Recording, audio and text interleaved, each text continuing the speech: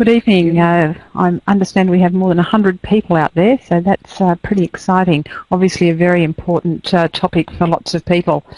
And I'm not sure that, that I can give you all of the answers about how to overcome fear of recurrence, but looking at some of the questions that are coming in on the chat box, I think you're doing a fair amount to help yourselves, and that's pretty good.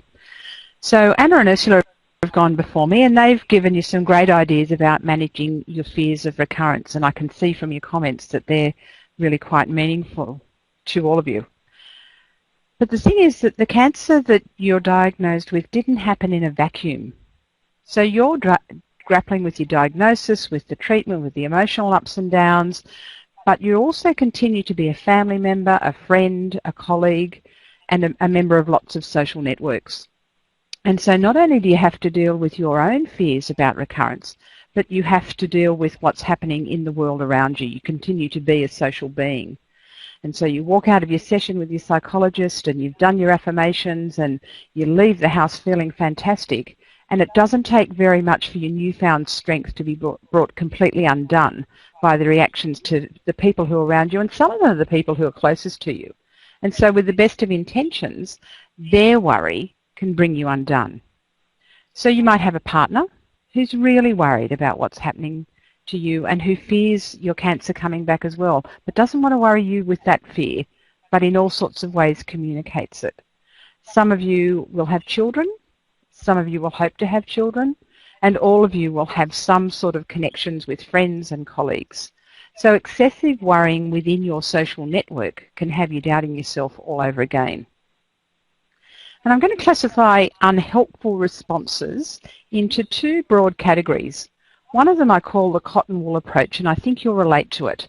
So the people who hover around you, these are often parents and partners and very close family members.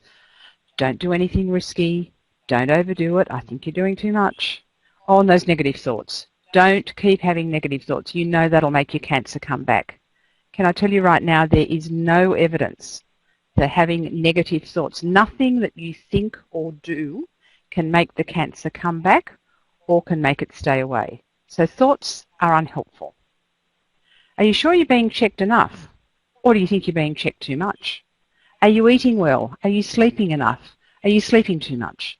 What about a fabulous new alternative therapy that I just read about on the internet last week? When's your next scan? When's your next appointment? Can some of you relate to that? Have you heard all of that in your workplace, in your family, when you're out having a meal with friends? So that's the unhelpful cotton wool approach. Equally unhelpful, I think, are those who say, woohoo, forget about what's happened to you. You've survived. You're bulletproof. You had access to the best treatment in the world. You've been given a second chance. You're so lucky. Lucky? Who ever felt lucky with any of this? Don't look back. Don't worry. If you worry, you know the cancer will come back. For goodness sake, what have you got to worry about? We're all the ones that should be worried. At least you know what was happening in your body. Most of these responses come with the best of intentions. People think that they're being helpful to you. They think that they're helping you to get through it. But they can be really unhelpful responses if it's not where you're at and not what you're experiencing. So this is what I've called mismatched expectations. On the one hand, people who are excessively protective of you, or on the other hand, people who are excessively enthusiastic that you should get on and embrace life and make the most of this second chance that you've been given. It's really unhelpful to have an emphasis on always thinking positively. It's not natural. Think about your life before cancer, and of course you had ups and downs. We all do. Cancer is part of that, but it's not all of it. So I'm not wanting to minimise what Anna and Ursula have said. Some cognitive retraining, some affirmations and so on can be really helpful, but you need to allow yourself some latitude and to be able to not always think that you can't ever have a negative thought cross your mind. Sometimes it's actually helpful to talk about your cancer experience. You need to gain some perspective and to deal constructively with your fears. And so the people who are most helpful to you at that stage are the ones who can sit with you while you look realistically at what is a quite reasonable fear. You don't want it to overtake you. You don't want, as Ursula said, to be at the point where all you think about is whether the cancer is going to come back.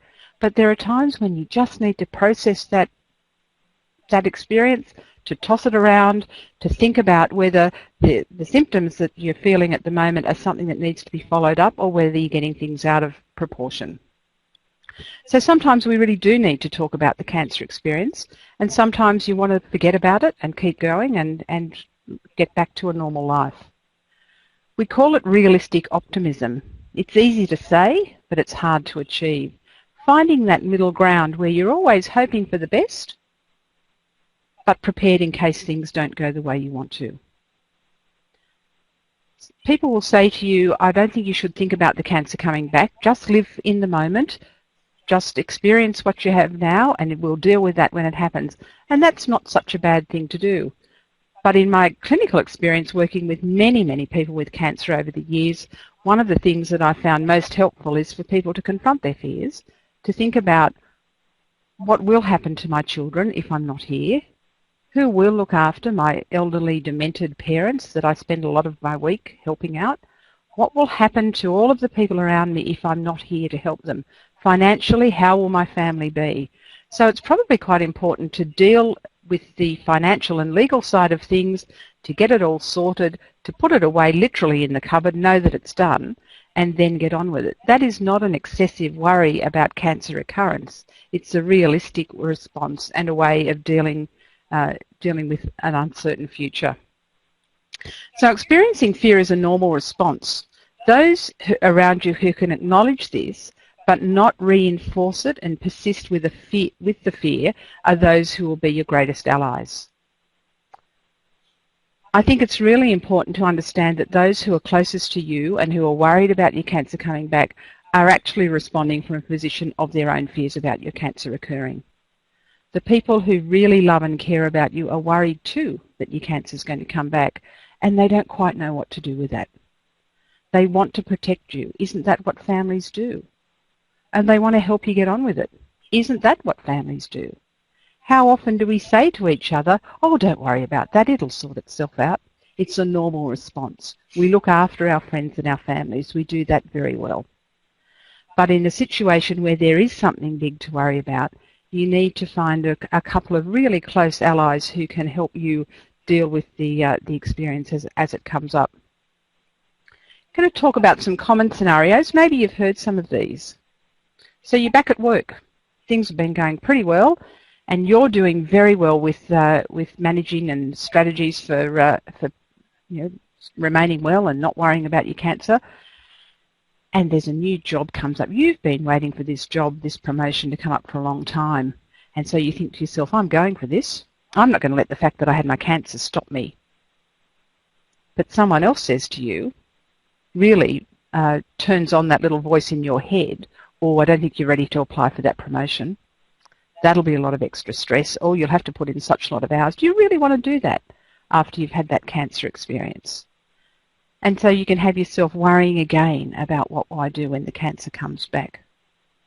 But really what you want to do is to apply for that promotion. And if that's what your head is telling you, if that's what your affirmations and your psychological advice tells you is the thing to do, then go for it. What about the holiday plan to Hawaii for next year? I really need to feel like I'm a person who can plan ahead. The greatest negative thing that's happened for me is that I feel that I can't plan, that my future's not in my control. So I'm going to go ahead and I'm going to book that holiday to Hawaii. Well, do you really think you should do that? Oh gosh, do you think you'll know what you're going to be doing next year? I think you're overdoing it. You're pale, you're not eating, you're not sleeping enough. What about that pain you had last week? Have you still got that? So those sorts of responses aren't helpful. They compound your worry. They reawaken your own doubts. So what are you going to do? You're going to take control and take the lead. Reframe their concerns. I know you're worried about me, but that doesn't help me. In fact, it makes me worry more. Please don't talk about your worries to me. I'll let you know when I need to talk about what's on my mind. Others can't read your mind. They can't be expected to automatically know what's helpful or not. So you need to tell them directly and clearly. Sometimes we're pretty good at telling other people what we like about them. We're good at expressing positive emotion, but we're not so good at expressing negative emotion. It's really hard to tell someone you don't like what it is they're talking to you about and you wish they'd stop. And so practice some words that sound authentic coming from your mouth. You know, I know that you're acting with the best of intentions, but right now I'd like you not to talk about that. What harm can come from thinking and from talking like that? One of the things that that Anna said was that cancer takes away your sense of control. You focus on the possibility of recurrence, and that's reinforcing your loss of control. Hey, I don't know where I'm heading. Last year I thought I knew what I had ahead in my life, and now I don't know what's on next week. Once you've acknowledged that fear is a normal response to any threatening situation, and think about other things that you've had in your life. If you've the breakdown of a relationship, the death of a close family member, the loss of your job, a big move, interstate, overseas, any threatening situation is immediately unsettling and takes away a sense of control. But you don't get to be an adult by not having learnt some strategies for coming to terms with that and for containing your fears so that you can help those around you and they can help you. Sometimes families and friends need to access support in their own right. This is a big deal, particularly for the very close people. There's good literature, evidence in the literature that tells us that that the family and friends of people with cancer in fact can suffer as much or more distress as the person who has cancer. And that's, initially a little bit counterintuitive, but when you think about it, you know how well you feel, you know when you're on treatment if you feel like you're improving, and you know when you finish treatment although you're fatigued, your other symptoms have really dissipated now and you're feeling pretty good. Other people can't know that by looking at you. And so what we know from the literature is that parents and partners in particular can be very distressed. So one of the ways you might help to deal with your fears of recurrence is to tell your family and friends that they need their own support. The sorts of things that can help are support groups or the Cancer Connect program, so peer support. There are support groups for carers and support services for carers. If you don't know where to find them, you can try, we've got some information at the end of the webinar, or you can try your treatment centre, your social workers and psychologists there. So not only does it assist your family and friends to cope better, but it takes the pressure off you to be always propping them up. And so one of the other unhelpful things that can happen is that you feel like you always have to be jolly and happy and putting on a brave face so that others don't worry so much. And that means that when there are times that you want to talk to people about your worries and your fears about your cancer, that you can't do that for fear of how they might react. So I think the message you want to convey to those around you is, please don't define me by my cancer diagnosis. I am more than my cancer. The best way to help me look confidently towards the future is to relate to me as the person I've always been. I'm not going to live with this sort of Damocles always present. You need to learn strategies to let go of your fear, because that will help me to let go of my fear. And some of what I've said relates to some questions that have come up in the chat box. You might have seen them. And there was a question about vigilance, that maybe if you get so clever at your affirmations and at learning how to let go of your fear, that you'll miss any signs that your cancer can come back. That's a really good point, isn't it? But I think the dangers of being hypervigilant, of thinking that every headache and every pain or episode of fatigue or constipation or whatever it is the cancer coming back, is really a much more draining thing to live with. It's likely that if your cancer does come back, you won't overlook it. So it's important not to be too vigilant. And I think probably there's not a lot of evidence to say that if you get really good at managing your fear, the cancer recurrence will be overlooked altogether.